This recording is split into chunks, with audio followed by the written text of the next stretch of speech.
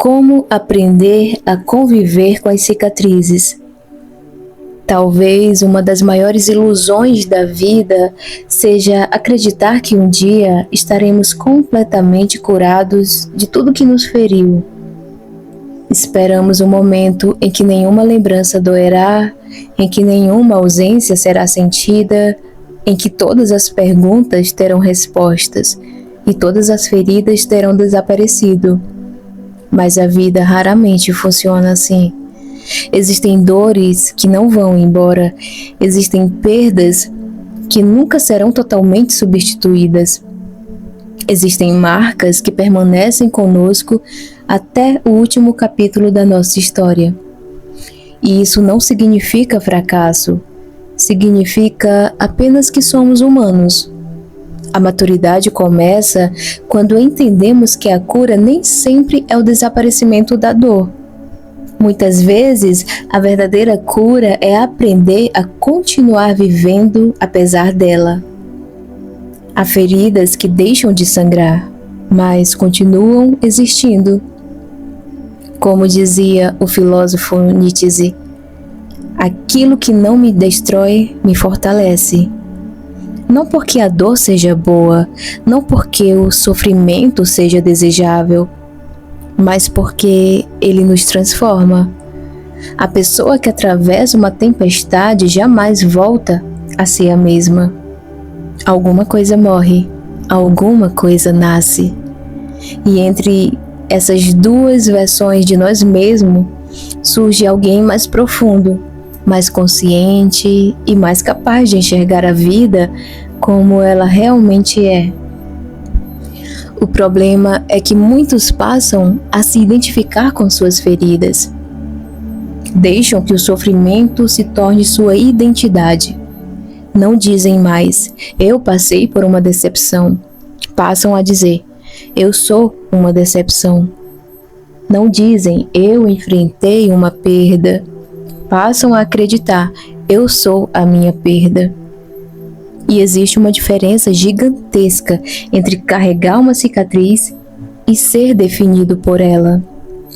Uma cicatriz conta uma história. Uma identidade aprisiona uma vida. O filósofo estoico Epicteto ensinava que não somos perturbados pelas coisas que nos acontecem, mas pela maneira como interpretamos o que nos acontece. E quantas vezes a dor que carregamos é ampliada pela narrativa que construímos sobre ela? Quantas vezes sofremos não apenas pelo que aconteceu, mas pelo significado que atribuímos ao acontecimento? Talvez a grande liberdade esteja em compreender que o passado explica você, mas não determina você. Suas feridas explicam parte da sua caminhada, mas não definem o seu destino. Você é maior do que aquilo que sofreu, muito maior. Há pessoas que carregam dentro de si a tristeza de uma infância difícil. Outras carregam o peso de um amor que terminou. Alguns vivem com o vazio deixado por alguém que partiu. Outras convivem com arrependimentos silenciosos que ninguém conhece. Todos possuem batalhas invisíveis. Todos possuem cicatrizes escondidas. Por isso que a compaixão é tão importante, porque nunca sabemos exatamente o que acontece com alguém por dentro. O escritor Carl Jung dizia, não somos o que aconteceu conosco, somos aquilo que escolhemos nos tornar. Essa frase carrega uma verdade profunda. A vida não nos pergunta se queremos sofrer, mas nos pergunta todos os dias o que faremos com aquilo que sofremos. Transformaremos a dor em amargura ou em sabedoria?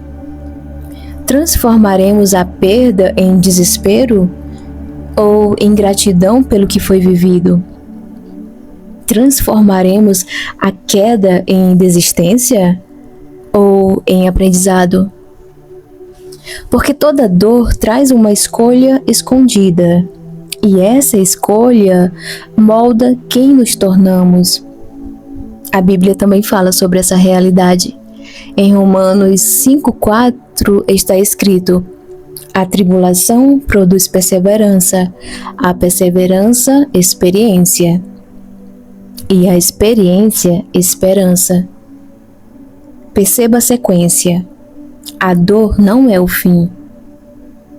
Ela pode ser o caminho para algo maior. Ela pode produzir força, ela pode produzir caráter, ela pode produzir esperança. Não porque seja agradável, mas porque Deus tem a capacidade de transformar até mesmo os capítulos mais escuros em instrumentos de crescimento. Em Isaías 43:2, encontramos outra promessa poderosa. Quando passares pelas águas, eu estarei contigo. O texto não diz se passares, diz quando passares. Porque as águas virão, as tempestades virão, as perdas virão, mas a presença de Deus permanece. E talvez seja isso que sustenta tantas pessoas quando tudo parece desmoronar. Não a ausência da dor, mas a certeza de que não estão sozinhas dentro dela. A vida não exige que você seja invulnerável. A vida exige coragem. Coragem para continuar. Coragem para amar novamente depois de ter sido ferido. Coragem para confiar novamente depois da decepção. Coragem para sonhar novamente depois do fracasso. Coragem para sorrir mesmo quando ainda existem lágrimas escondidas na alma. Porque a verdadeira força não é nunca cair. A verdadeira força é continuar caminhando mesmo carregando marcas. As árvores mais antigas possuem cicatrizes em seus troncos. Os mares mais profundos enfrentaram incontáveis tempestades. As montanhas mais majestosas foram moldadas por ventos violentos. E talvez o mesmo aconteça conosco. Talvez aquilo que hoje você chama de ferida seja justamente o que está esculpindo a sua profundidade. Talvez aquilo que você queria apagar esteja construindo a sua sabedoria. Talvez aquilo que você tentou esconder seja a prova de que você sobreviveu.